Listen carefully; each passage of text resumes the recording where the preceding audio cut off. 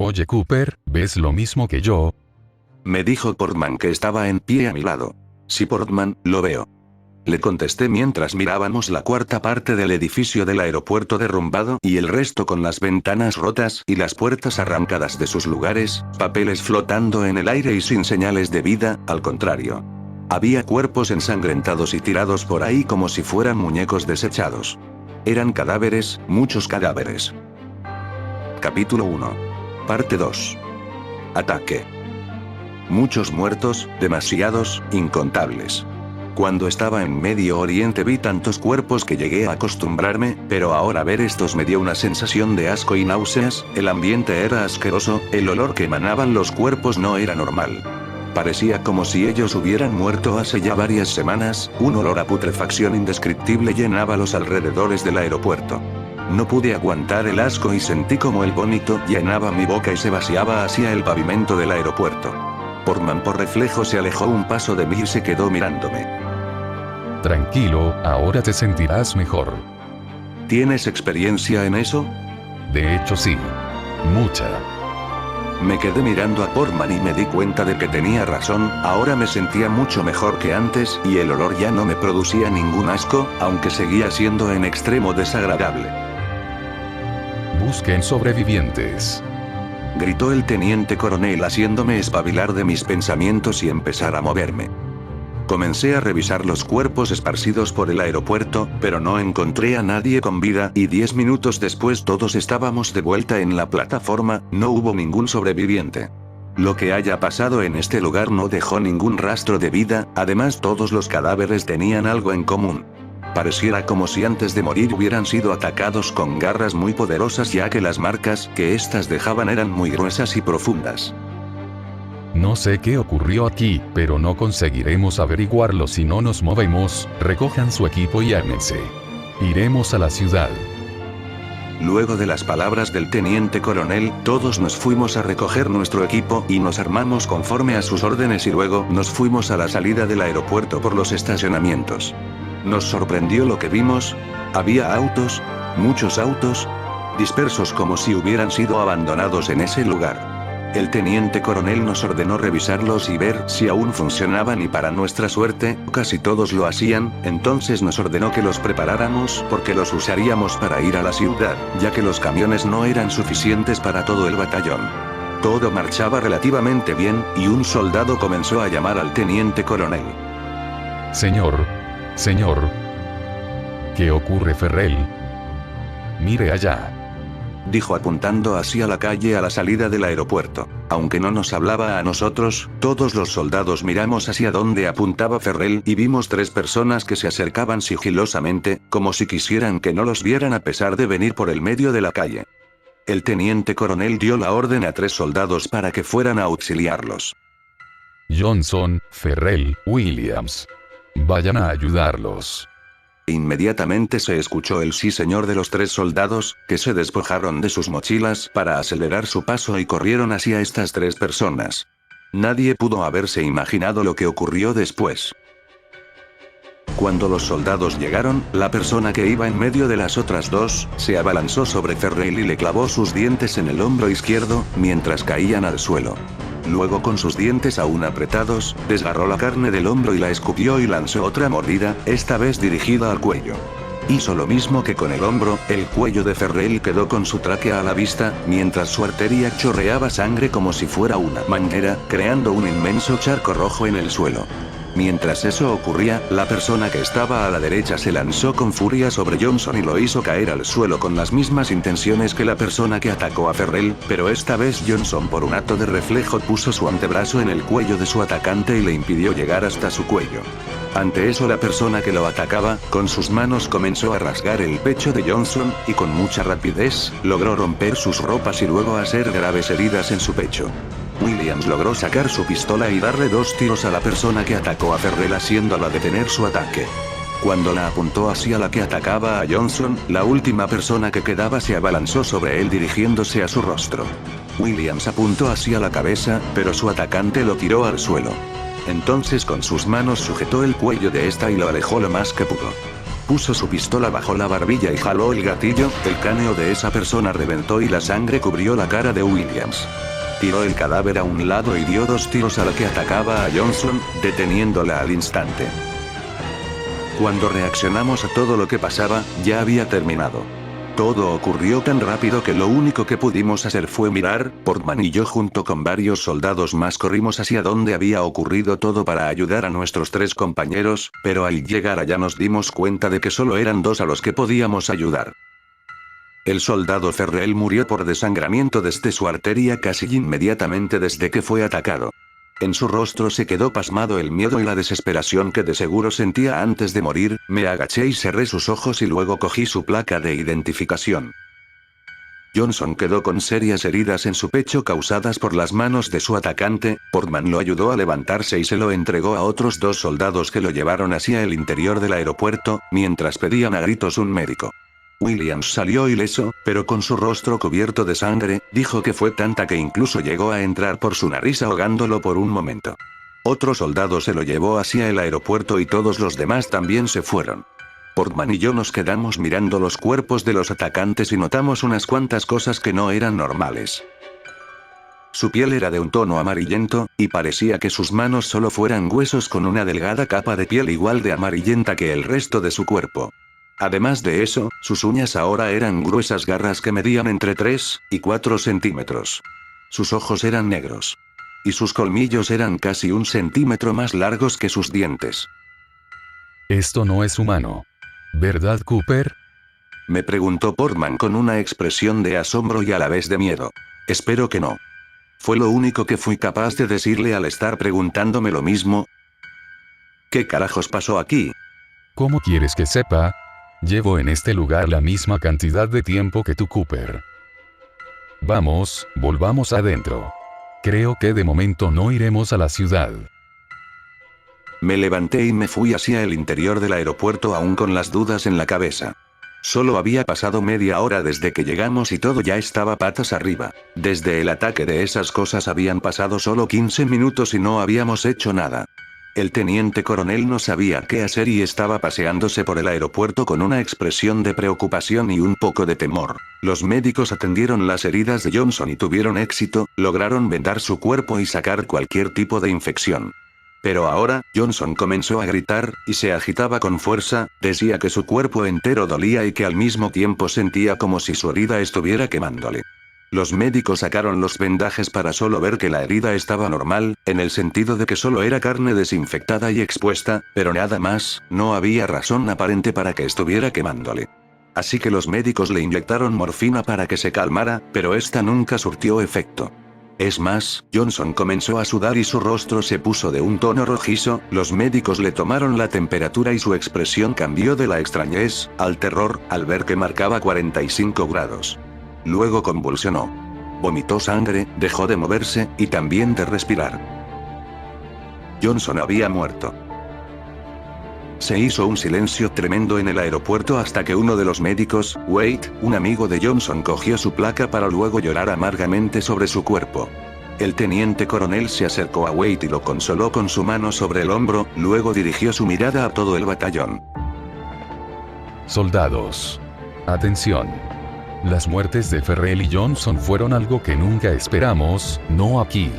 Debemos seguir adelante y no sucumbir ante la desesperación. Sean fuertes, soldados, que somos el ejército de los Estados Unidos. Luego de estas palabras, que no muchos tomaron en cuenta, llamó a 2 sargentos y les ordenó que tomaran sus pelotones a cargo e hicieran una exploración a los edificios más cercanos al aeropuerto. El sargento Stone, el que dirigía el pelotón al que pertenecía, pidió a Portman para que reemplazara a Ferrell en el pelotón, y nos ordenó que nos preparáramos para partir. Éramos 25 soldados por pelotón, así que tomamos 4 camiones y los dejamos fuera del aeropuerto. Portman me señaló mi atención, y me hizo ver el suelo donde estaba él. Había gotas de sangre que formaban un camino y comencé a seguirlo. Este se dirigía hacia el aeropuerto y cuando vi que llegué hacia el lugar donde murió Ferrell, entendí que las cosas extrañas aún no acababan. Se suponía que había 4 cadáveres en ese lugar, los de las 3 personas que atacaron a los soldados, y el de Ferrell. Pero no había 4 cuerpos. Solo había 2. El de Ferrell, y el de la persona que atacó a Williams, a la cual su cráneo fue reventado de un tiro. Los otros dos cuerpos no estaban, entonces me di cuenta de que el camino de sangre, lo seguí en sentido contrario y al ver hacia dónde iba en realidad, noté que se dirigía hacia la ciudad. Portman, esto es cada vez más extraño. Le dije con seriedad. Lo sé. Sin decir nada más nos subimos al camión y comenzamos a movernos junto con el resto del pelotón. El viaje no fue largo, tardamos solo 7 minutos en llegar a los primeros edificios de la ciudad. Su aspecto era similar al del aeropuerto, sus ventanas, puertas, incluso sus amueblados estaban destruidos. Los sargentos decidieron partir explorando 5 edificios, los cuales fueron repartidos en 5 escuadrones de 10 soldados cada uno. El mío fue liderado por el soldado Carter, un hombre que sin dudas, era digno de dirigir el escuadrón por su fuerza, y su capacidad de liderazgo. Fuimos a explorar el edificio que nos fue asignado y al llegar a la entrada, escuchamos unos pasos que sonaban cada vez más cerca. El interior estaba oscuro, así que Carter tomó su linterna y alumbró hacia adentro. Había una persona acercándose a nosotros, hacía ruidos como si le dificultara respirar y caminaba tambaleándose, sin mucho control sobre su cuerpo. Su piel era amarillenta y sus ojos de color negro. Tenía largas garras e inmediatamente recordé a las cosas que atacaron y mataron a Ferrell. Fui el primero en levantar mi arma y apuntarle directo a su cabeza. «Identifíquese, señor», le grité con la esperanza de que no fuera de las mismas cosas que vimos en el aeropuerto, pero fue en vano. Esa cosa empezó a gritar y aceleró su paso hacia mí. Sin dudar jalé del gatillo y una corta ráfaga de balas impactó en su cabeza. Cayó en silencio y sin volver a moverse, mientras un círculo de sangre crecía a su alrededor. Inmediatamente escuchamos más gritos en los pisos superiores del edificio y cada vez sonaban más cerca. Los demás soldados se ajustaron sus armas y apuntaron hacia las escaleras avanzando lentamente. Carter y yo nos quedamos atrás también avanzando, pero notamos más pasos sonando por detrás de nosotros, a la salida del edificio. Al mismo tiempo nos dimos la vuelta y vimos 3 de esas cosas corriendo hacia nosotros. Les apuntamos y disparamos e inmediatamente apareció otro más detrás de ellos, le disparamos y aparecieron 5 más, luego 4, luego 7 hasta que luego no dejaban de aparecer. Carter, yo y otros 3 no dejábamos de dispararles, mientras que los demás soldados disparaban a los que bajaban por las escaleras, estábamos rodeados. A medida que disparábamos íbamos retrocediendo hacia las escaleras y subiendo poco a poco por ellas. No dejaban de venir, nos alcanzaban desde los pisos superiores y desde los inferiores, aún así retrocedíamos desde abajo y avanzábamos hacia arriba. Seguíamos subiendo hasta que llegamos a la azotea del edificio, ahí solo podíamos esperar a que dejaran de venir. Mientras disparábamos miré hacia la calle y vi que aún nos quedaba mucho. Una multitud de esas cosas ocupaba 2 manzanas mientras avanzaban hacia el edificio. 10 soldados, contra toda esa multitud. Era imposible, en algún momento nos quedaríamos sin munición y entonces sería nuestro fin. El soldado Wilson tiró su arma, sacó 3 granadas y las arrojó hacia esas cosas.